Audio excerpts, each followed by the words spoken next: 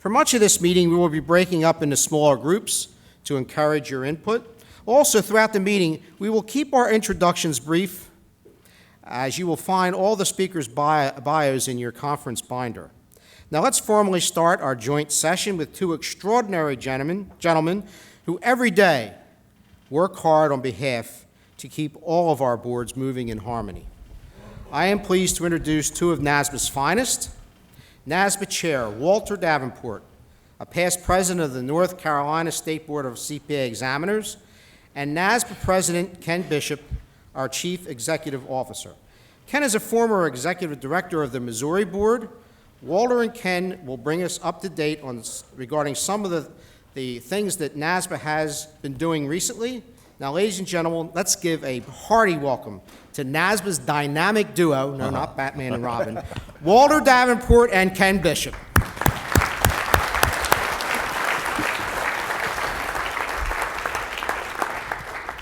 Wow, that's a long walk, Walter. You might want to stop and take a break. Thank you very much. Okay. You know, good morning, Walter. It's good to see you. Good to see you. Breakfast was good. It was good. You know, it's great to be here in Baltimore. I hope you all have gotten a chance to go out and look at the beautiful Inner Harbor area. Has anybody a chance? This is a great location or what, folks? How about a great round of applause for Baltimore? You know, it was great to have Secretary Schultz welcome us, and Liz Gattner. She's got a great volunteer for NASBA, currently represents us on the Audit Standards Board, and so Maryland's always played a big leadership role in NASBA, so it's really great to be here in Baltimore. Well, the good thing about it also is that, you know, we went to Western Regional last week, Eastern this week. 52 out of 55 state boards showed up at the meeting. Absolutely. And by the way, those Baltimore flag Speedos are comfortable, aren't they? That gift we got, you know, you didn't get that? No, never mind. Never mind. Absolutely. I don't even want to see you what don't it want looks to like. go there, I understand.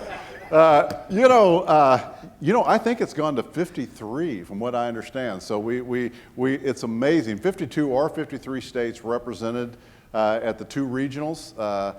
It's an amazing progress. Our goal is to have all 55 jurisdictions. Next year it may be 56 jurisdictions, so there may be something else coming this year. But it's wonderful to see that level of participation. We thank you so much for being here. You know, I pointed out last night, we had some states that hadn't been able to attend for a while. New York is here. Katie, we're so happy that she's here to join us. And you know, Utah back joining. California's been restricted from travel. We are the strongest when we have every single state and territory represented at these meetings. So we're so happy that you took the time out of your busy schedules to be here and participate in this. Yeah, thank you very much. You know, Ken, it's been a very busy year this year. It has. I've been with NASBA now it's coming up on 9 years, and this is literally the busiest year that we have had at NASBA. You know, we've talked about it at the executive committee and at the board of directors level. Tremendously business. All the staff of NASBA is fully engaged. A lot of volunteer work, as you know, around the country, but we have more balls in the air, and we hope that we're doing the most for state boards that we have ever done, and we continue to do more. And you have, because, you know, NASBA has made it a prioritization for better outreach and direct support to state boards. In fact, the last time I looked at some figures, we're spending about $7.4 million on state boards. $7.4 million we spend on you. Anybody happy about that? You know, I've said this before, but it's important, I think, to keep this in front of this audience, is that every board, every state board makes a contribution to NASBA through what essentially looks like dues. That amount of money is about $250,000 a year that we receive as a portion of our $30 million budget at NASBA. And the return of direct support back to state boards this year is going to be $7.4 million. I think that's a pretty good return on the investment. Yeah, but I sure would like to have that on my 401k. I would as well. Yeah, I would as well. But it is. We're very pleased to be able to do that. You know, another important part of our outreach, in fact, I think we can thank these gentlemen, particularly our Vice President Dan Dustin, for many of you being here. You know, one of the things that we implemented 3 years ago, or 4 years ago almost, was this new Vice President of State Board Relations, where we have someone out actually visiting your state boards, making sure that we can provide the services that we provide, and you understand those, and are we doing the right things or the wrong things? Yeah. You know, he's out there serving the role of being essentially the ombudsman for the state boards of accountancy, and he's done a great job of getting a lot of people involved that weren't involved in the past. You know, Dan has been doing a lot of traveling. In fact, I think he's platinum on American, Delta, US Air. But he made 43 board visits so far. He's got about 8 more scheduled for the summer and about 8 more scheduled for next year. So he's been pretty busy. You know, another part of Dan's area is the legislative research area. John Johnson, who probably many of you have gotten to know, is here. It's one of the things for you that are new board members, some of you have been around know that we do this, but one of the things we implemented is that we track every single piece of legislation that has nexus to accounting regulation in the United States 24/7. So that means you should not be surprised if our systems work of any bill that might spring up somewhere, even if it's not in the accounting statute. Every once in a while there'll be a proposed statute that's in some unrelated statute or category that may directly impact you as state boards of accountancy. Very often John Johnson will call up a state executive director and say, are you aware of this piece of legislation and what the impact could be on your state? And the first time they heard about it was from John's phone call. So that is a tremendous new service that NASBA is providing.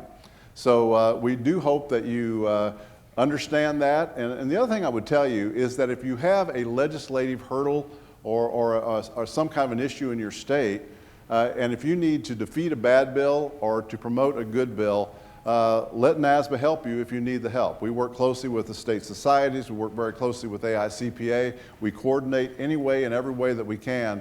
But NASBA has the resources now to help you in those initiatives. Yeah, this goes back to the $7.4 million. That's right. Look, last week we were having a conversation and you talked to me about something that happened in Connecticut. What's that all about? I wanted to give an example. In fact, Sonia, the board members that are here from Connecticut, what we do at NASBA sometimes and very effectively doesn't always have to be about legislation formally or rules formally.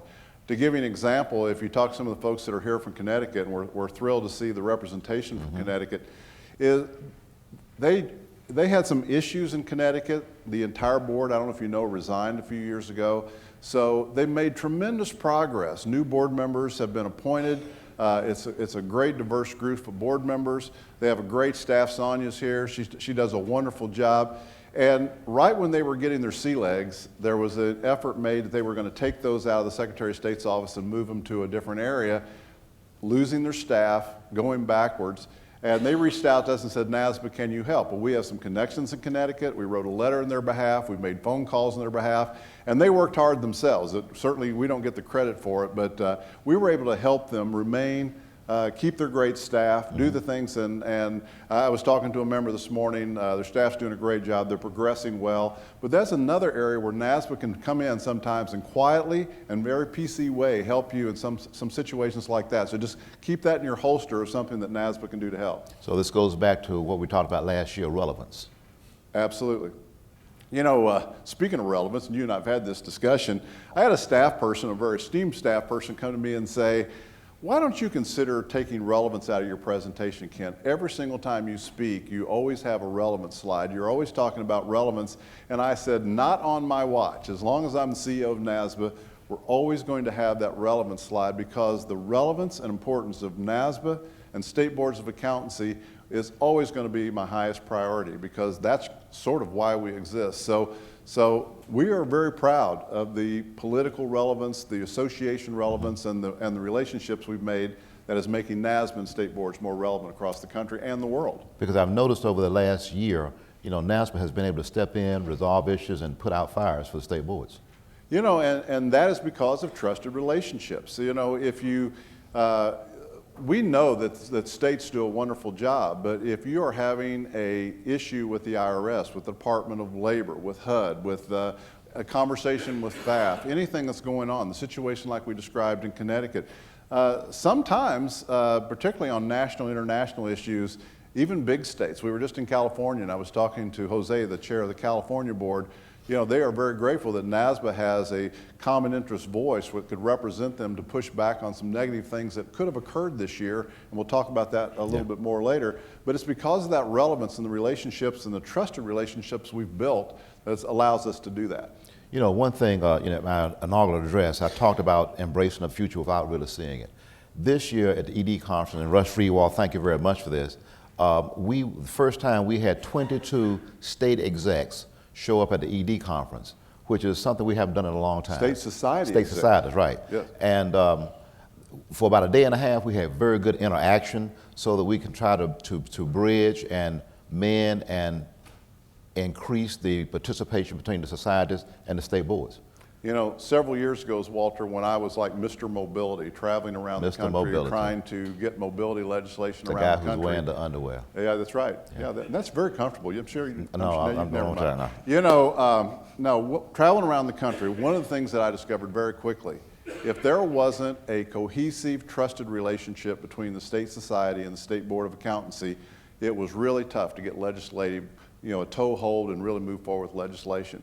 At that time, Sherry Bango, before Matt Young took the position, one of our strategies was, before we even talked about legislation, is to go in and try to mend fences and to build bridges to give societies and state boards an opportunity to maybe talk about something that happened 10 years ago and get it out in the air and get it cleared.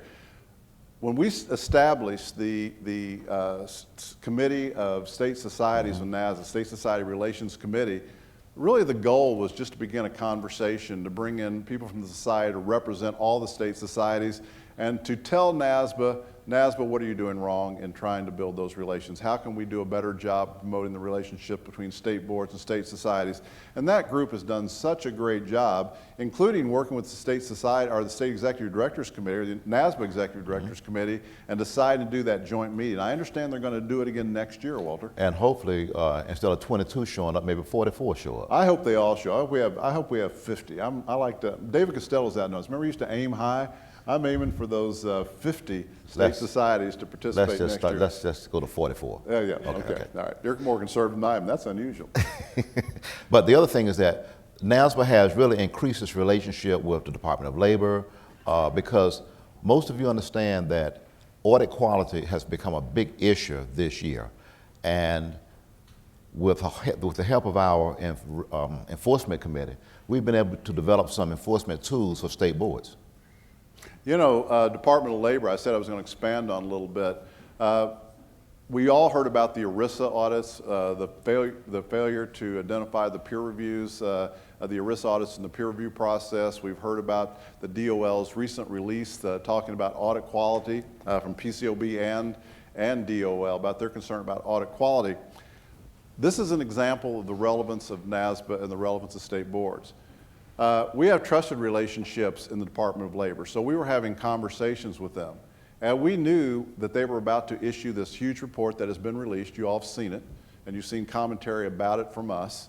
But in the original draft, they were really going to throw state boards under the bus. Essentially, what they were saying is that the state board system isn't working, that because of that, Department of Labor and agencies like that need to have legislative authority to regulate accountants because the state board system wasn't working.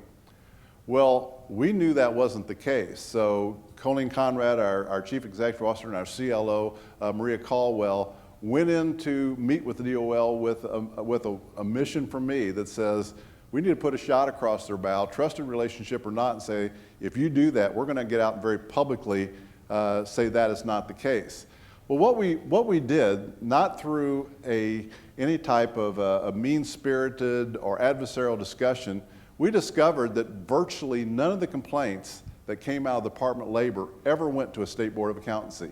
They were almost all going to the AICPA, some of which weren't even members of the AICPA, so those just went into a black hole. So the state boards were almost never seeing those.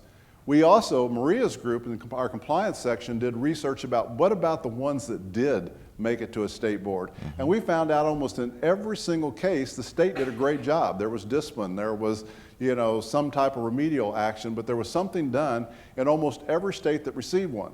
Well, we took that information back, and if you saw the report, instead of them throwing state boards under the bus, the release that went out nationally and internationally said that DOL is going to work very closely with state boards of accountancy and make sure that state boards receive every single complaint in real time. If AICPA gets it, state boards are going to get it first.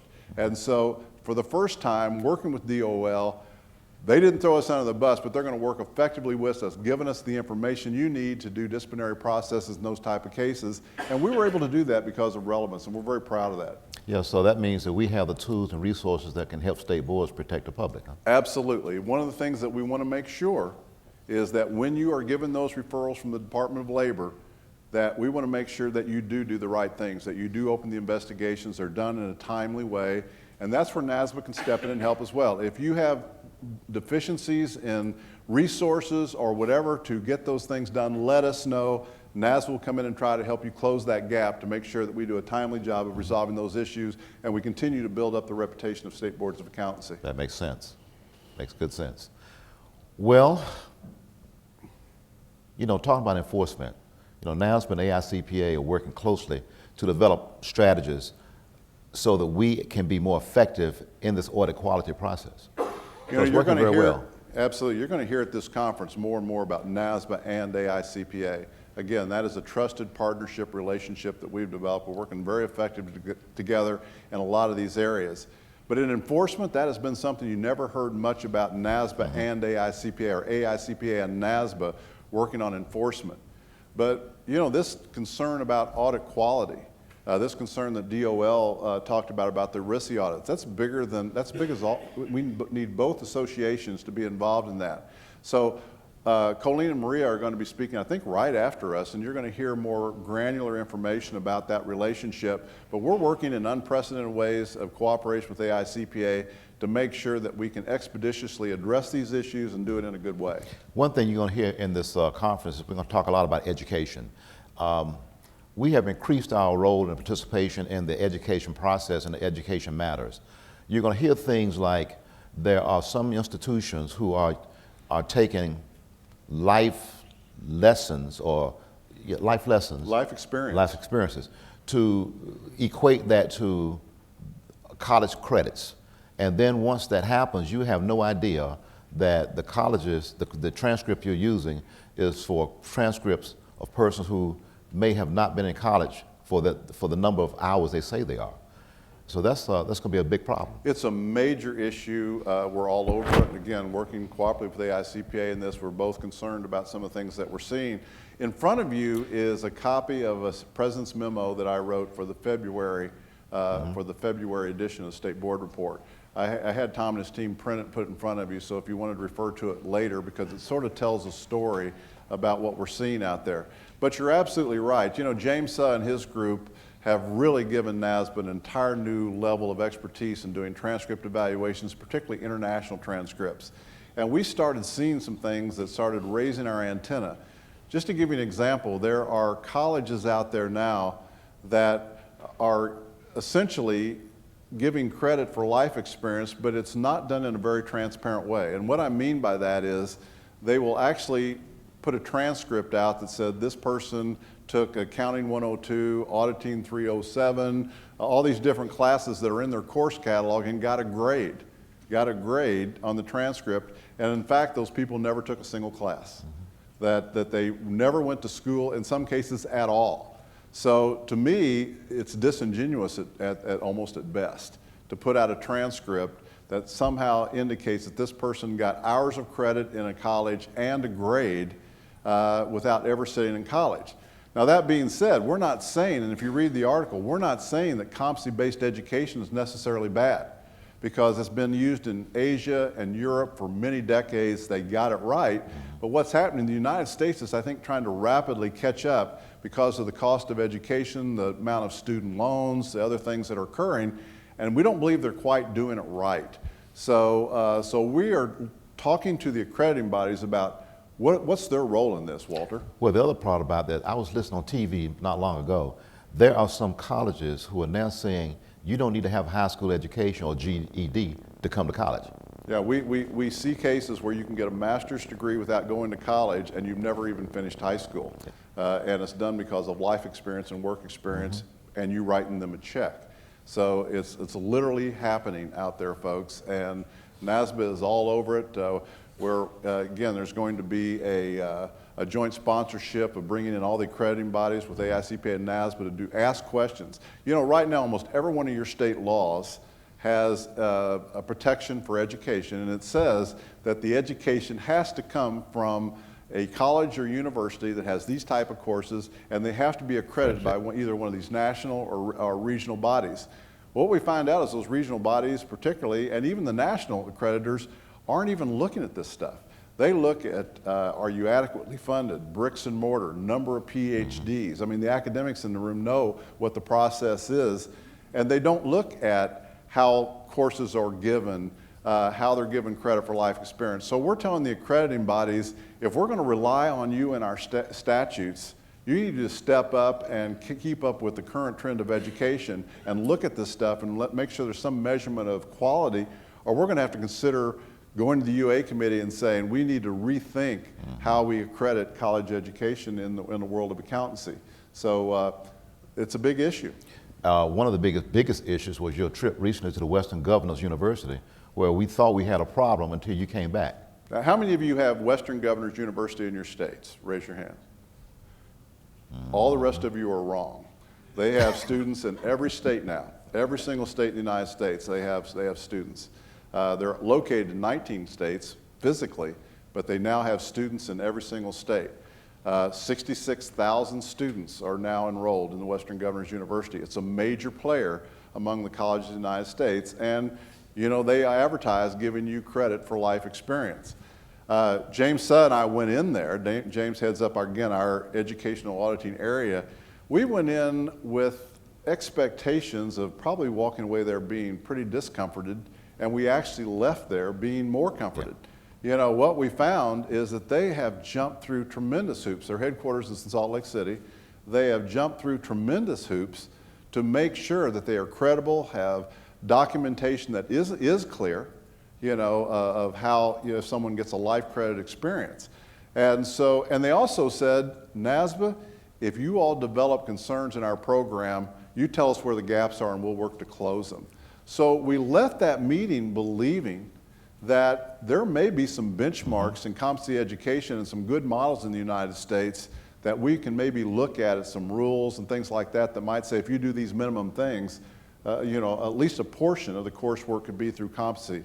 So again, if you read my article, you'll say we're not saying it's bad, we're saying it's unusual, and we better understand it quickly because we're all relying on accrediting bodies right now. And I will tell you, there are people that are getting in that probably don't meet the education requirements that your law actually seems to prescribe. So again, pay close attention to that. We'll be putting out information as we move forward. Because our education committee, which is headed by Bob Cochran, is making this one of their top priorities this year. They are. You know, you basically put a great team together. We have the most PhDs on the education committee we ever have had, and we did that purposely so we would have the science behind the determinations that we're making. We're not shooting from the hip on this. We're not saying the sky is falling, but we're saying the horse is partly out of the barn, and we better pay attention to it. Very much so. Peer review is a big factor, big issue that's going to happen this year. You know, the practice monitoring of the future is out. Our regulatory response committee and also the regional directors have had conversations about that. We've sent letters out to boards. So this is something that we're going to have to be looking at for a long time. You know, and before we go there, I just want to say a quick thank you to Dr. Carlos Johnson, the past chair of NASBA, is also heading up a task force that is heading up that look at accrediting bodies. So certainly want to give him credit for that. Yeah, you know, peer review has been with us a long time. You know, we had a remedial peer review program. We have a remedial peer review program that has transitioned to be used as a regulatory peer review process as well. And sometimes it doesn't work very well because it wasn't intended to be a disciplinary or a regulatory format. It was designed to be a remedial education format. So we, if you read our response, every state board got a copy of NASBA's response and went through regulatory response committee and our regional directors. But essentially, we commented that we appreciate and commend AICPA's willingness and effort to revisit peer review, to try to develop a new system that looks more like the way peer review is used in America today, and maybe to address these issues that we have with audit quality, the other things that we're hearing, you know, from Department of Labor, from PCOB, and from others. So what we're asking each state board is to consider sending a representative to the Peer Review Oversight Committee conference that's going to be held in Nashville on July 10th. We're going to spend a full day talking about what we as state boards can do as it relates to peer review. Yeah, again, we know with travel and things that you have, but you know, NASBA will help to get you there. But if you have a peer review oversight committee, a PROC, somebody from your state board should be there attending it. If you don't have one, you should still attend, because we should be able to convince you that you really ought to establish a PROC, because one of the things that we're talking about with the AICPA is any new system, and it's in our comment letter, if you read our comment letter back to AICPA, is any new system that is developed has to have some type of state board interaction and oversight to be successful, because we are now utilizing it in law as AICPA wished us to do. So we need to make sure that's built into the program, and we're having great discussions about that. You know, we talked a long time about uniformity, and it's very difficult to have uniformity among 55 state boards. I got 2 kids, it's hard to have uniformity among those. I got 3, it's even harder, they're all daughters, yeah. But, you know, we understand and we support individual state rights, but we also want to try to get as much uniformity within all the 55 jurisdictions as possible. Everyone knows about the UAA, and you have been adopting the UAA, but you've been adopting the UAA in some cases with carve-outs, and those carve-outs in some instances are causing problems. You know, and I want to repeat what you said, NASBA will always support individual state rights and your power and ability to make the decisions you make in your home states. But I will also put this asterisk on it. I will come in and support you on Tuesday, Wednesday. I'm going to call you up and try to persuade you to move away from that position, because it is critical in the world of mobility that we really have an understanding of the importance of having uniformity and consistency around the country. You don't want to be a CPA and go to another state in mobility and believe you're doing everything right, and find out there's an anomaly in that state and somehow you messed up. Not only does it put a CPA or a CPA firm in harm's way, you may have put the client in harm's way, and that's exactly what we're not supposed to do. So we want to look at the disparities. We want to look at the difference in the gaps between those state boards that still have disparities from the UAA and say, did we get it wrong in the UAA? Do we need to make changes? We're doing that at several different levels. And you know, some of the big issues about this is we got CPE, code of conduct, we talked about mobility, even the definition of a test. Well, yeah, what happens is because there's a slow, onerous process to get legislation passed in the United States. And inevitably, whenever there's a change in the law, we have a group of states that are adopting the new expectations, new definition of a test, adopting the code of conduct by reference, the things that they do. And then other states that haven't gotten there yet are saying, well, should we recognize each other because we're not equal? I think that during that transition period, states need to understand that there is a transition period, and we need to keep mobility intact and trust our state boards across the country to do the good things. I'll give you an example, again, of relationships with AICPA and with relevance. We would all like to see all states adopt the Code of Conduct by reference. And we know there are some things in the Code of Conduct that some states have done carve-outs. Again, we respect and appreciate your right to do that. But that can cause harm among the CPAs traveling around the country. So we've been having conversations with AICPA. Our members of PEAK and our ethics committee are looking at those disparities, and AICPA has put those on the table at PEAK and others. We've got new additional seats for state board members on PEAK, and they're revisiting those differences to see if we can fix those to get every state board's excuse for not being uniform off the table. So a lot of work's being done in your regard. And our expectation is we're going to get there. Yeah. You know, 2017 is going to be a big year for us because there's going to be a new exam.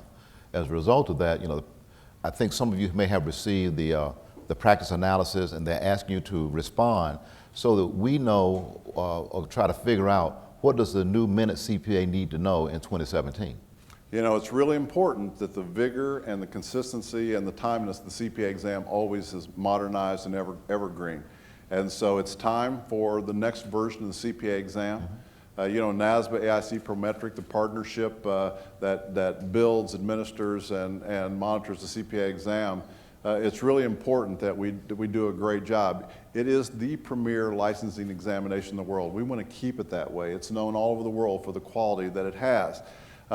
So we appreciate the fact NASBA, again, has the majority of states on the Board of Examiners. We've done a lot of things to make sure there's a lot of state intervention and in the process of the CPA exam.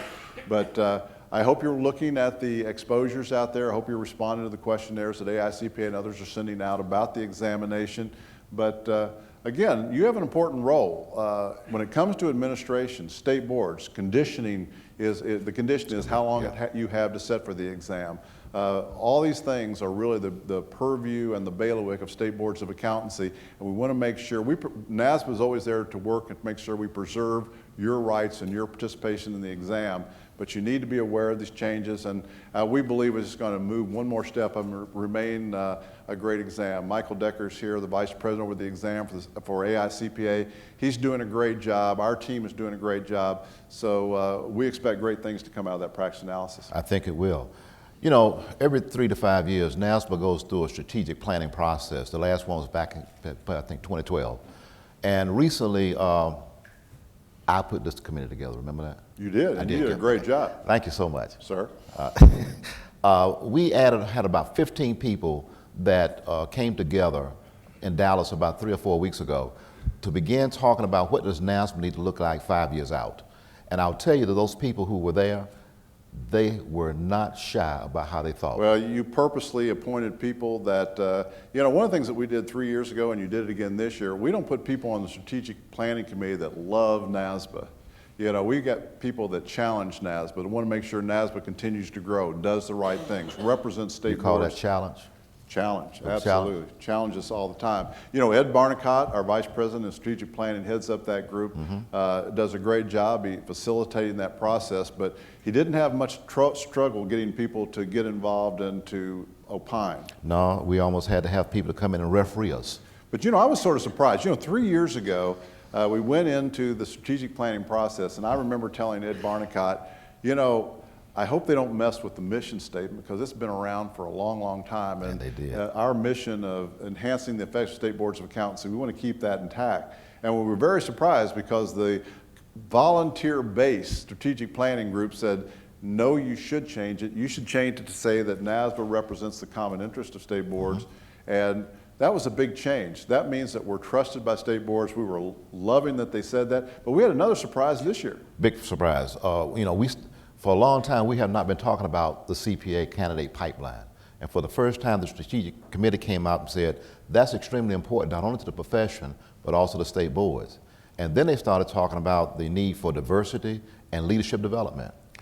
Well, it is unprecedented. When I started working with state boards of accountancy, I guess about 15 years ago as executive director of Missouri, it was taboo to talk about promoting the profession. I've heard that in the last few years, is that our job is to regulate and protect the public. We shouldn't be concerned about the health of the profession or attracting people to the profession and doing the things that we do. But we heard it really first with a lot of volume at the Executive Directors Conference. The Executive Directors Conference in their private session with me and in their conversations said, we're seeing a shrinking pool of candidates, and having not enough CPAs in the pipeline, future CPAs in the pipeline, is a public protection argument. So we heard it there, and then lo and behold, at the strategic planning meeting, they said NASBA has to play a role in the pipeline of doing things that we can do as regulators to essentially encourage young people and to join the CPA profession. So we're gearing up for it. You said that's what we should be doing, and we're gearing up to how can we do that effectively. So one of the first things we did was we got involved with what we call the PhD project. And this is a project that allows, encourages, and enhances minorities to get their PhD in accounting. Now, the project doesn't pay for them to become, to go to school to become a PhD, but it is there to encourage them. So right now, we became full sponsors after we attended 2 of their conferences. And what's the number of minorities PhDs now? Well, let me give you 2 numbers, Walter, because I think, you know, I'm a bottom line guy, and I will tell you, when we were first approached about being a sponsor of the PhD project, Carlos Johnson used to call me cheap, but I am probably pretty tight with NASBA's dollars. And so cheap. I'm thinking, yeah, I know. But anyway, it's really unusual for a non-for-profit to give money to another non-for-profit. I mean, you better be able to dot your I's, cross your T's, and articulate why you're doing that. And so we met with the PhD project, we were impressed, but it was the bottom line that convinced me. You know, a few years ago, not that many years ago, in the entire United States, in the business schools and accounting schools in the United States, there were 300 persons of color PhDs teaching in those colleges and universities. So if you were in the Browning of America, if you were a young African American or Hispanic American going into a business school, There was no one teaching the accounting courses or the business courses that looked like them, who could bring them under their wing, who could encourage them, could do the things that they want to do. Well, now then, through the direct nexus of the PhD project, that number has grown to over 3,000 PhDs in the U.S. business schools and accounting schools. Tremendous success. And AICPA is a sponsor already. NASBA joined AICPA as a sponsor, and many other national organizations as being a sponsor of PhD project. And so I'm the keynote speaker at their conference this year. And every single student, and it's just a sharp bunch of young people that are really devoting themselves to becoming PhDs in business schools and accounting schools. Every one of those members that become PhDs are going to know about NASBA. They're going to know about AICPA. They're going to know about accounting. They're going to know about state boards of accountancy. So it's a great relevance argument for us, but more importantly, it meets this new mandate of helping get the pipeline full. In the browning of America, we better be starting to think down that path and get these young folks interested in becoming CPAs. So one thing we're beginning to do is actually attend conferences of the black accountants, the Asian, Latino, so that we can become relevant to them. They know who we are, we get to know who they are, so we can increase this pipeline. So you and some Alfonso and others recently attended the NABA conference? Sure did. We had a good time. You it was in Las Vegas. Yeah, the National Association of Black $27. Accountants. You know, Walter and I very unabashedly have a lot of passion about the diversity of NASBA and the future of the diversity in the profession. Donnie, our incoming vice chair, our incoming chair, following you, Walter, shares that passion. You know, we're not shy of talking about it. We like putting the issue out in the bright light of day and having open conversations about it. No one should be uncomfortable about talking about doing right things, not only for individuals, but for the profession, and we're making progress. Yeah, we are. Ken, went to your office not long ago, and I had to check in on the 7th floor, go back downstairs, walk to another elevator, and go up to the 13th floor. What's wrong with that mule? Well, what he's talking about is in NASBA, if you visited at committee meetings, and some of you have heard me talk about this, I always say it takes a plane, a train, and a mule to see Ken Bishop, because by the time you do the hallways and the elevator, it takes 15 minutes to find me. And first of all, Walter, and to the board members here, thank you so much for the support that we've had from the NASBA Board of Directors. But you know, we've been in Nashville, it'll be 18 years very soon that we've been in Nashville, and frankly, the infrastructure is looking a little tired. It looks a little 1970-ish. It looks like kind of an old accounting firm might have looked, and we want to change that. But we also want to change that mule ride that you said. So thank you. The new interaction, the 3 floors are going to be consecutive floors. There's actually going to be stairwells between the 2 main operational floors, so that our employees don't have to take an elevator ride if they want to come to an open door meeting with myself, Colleen, and others. But more importantly, every single employee will be exposed to natural sunlight. We have right now a ring of offices that take all the sunlight. Those are going away. So the new offices are going to have sunlight for every single employee. They're going to have stand-up workplace, collaborative workspace environment throughout the building. We're going to have a new high-speed, secure Wi-Fi system where people can carry around their laptops, their iPads, do work as groups, go back to their groups, and take NASBA to the next generation of efficiency. And it's very exciting for us, it's very exciting for the staff, and I think for our volunteers when you see this beautiful new progress that we're making. Going to be here spring of 16, we'll be moving in. I'm looking forward to it. We're looking forward to it. You know, we have been engaged in and concerned with domestic issues, but we've also been concerned with international issues, and we're ramping that up again. We are. You know, a few years ago, we decided to take our assets and our focus and our energy and let's reboot the United States. Let's really make sure that we have every single state engaged in NASBA, involved in NASBA, help them do the things that they need to do in their states. And we sort of pushed international to the back burner. You know, we're certainly interested. We still meet. IQUAB has been actively meeting. We have the IQEX exam. We're doing the things that we were doing, but we really slowed it down. But we never stopped. But now then there's some reasons to sort of ramp that back up a little bit with caution, but Recently, we've met with Chinese, yep. Japanese, Australians, South Africa. South Africans. Dr. Terence Mombimbe from South Africa, the new head of the associations in South Africa. He's actually coming to Nashville here in a few weeks to visit with us, a follow-up visit. But we have really started to become more relevant internationally as well. So it's great to see that progress and those great relationships we're building. Ken, let me ask you a question.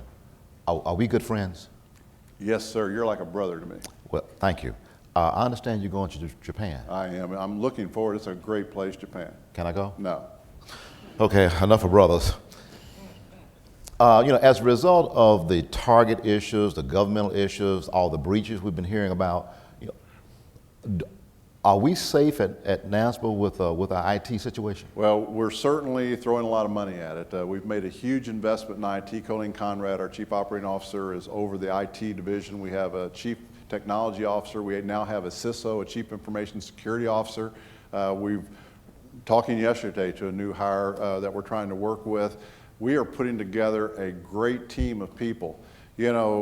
One of the things that we do for you, we are the repository of all CPA examination from around the world that goes back forever.